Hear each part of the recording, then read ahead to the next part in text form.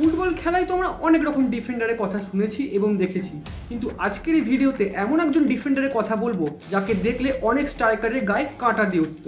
হ্যাঁ, তো যার নাম করব তিনি হচ্ছেন দি ফুটবল আইকন পাওলো মালদিনি। 1968 সালে ইতালির মিলানে জন্ম নেওয়া মালদিনি ছোটবেলা থেকে ফুটবলের পরিবেশে বড় হয়েছেন, কারণ তার বাবা সেজারে মালদিনি ছিলেন মিলান আর ইতালির জাতীয় দলেরই কিংবদন্তি ফুটবলার। মানে ফুটবল যেন রক্তের ভেতরেই ছিল তার।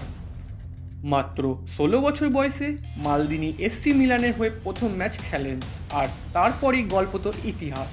পুরো 25 বছর একটাই ক্লাবের হয়ে খেলেছেন তিনি। হ্যাঁ, ঠিকই শুনছেন, একটাই ক্লাব, এসসি মিলান।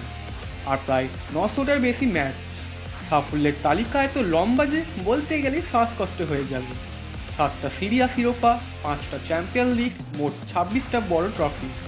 ফুটবল বিশ্বে খুব কম খেলোয়াড় আছেন যাদের ঝুলিতে এত সাফল্য জমা আছে। শুধু ক্লাব না, ইতালির জাতীয় দলকেও তিনি দিয়েছেন 126টা ম্যাচ, খেলেছেন 4টে বিশ্বকাপ আর 3টে ইউরো। যদিও কোনো বড় আন্তর্জাতিক ট্রফি জিততে পারেননি, তবুও ক্যাপ্টেন হিসাবে তার নেতৃত্ব ছিল অসাধারণ। মালদিনিকে সবাই বলতো ডাকাত। তার ডিফেন্সিভ স্টাইল, শান্ত মেজাজ আর কখনো হাল না ছাড়া মনোভাব সবাইকে মুগ্ধ করত।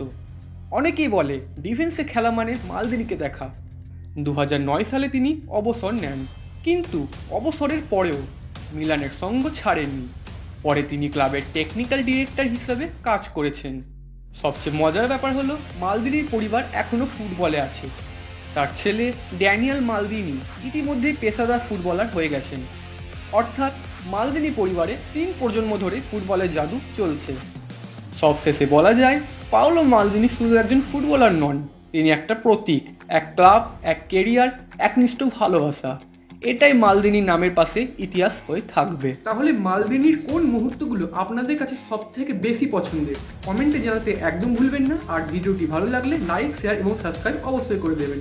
এরকম ফুটবল কন্টেন্ট নিয়ে আবার ফিরে আসবো। ধন্যবাদ।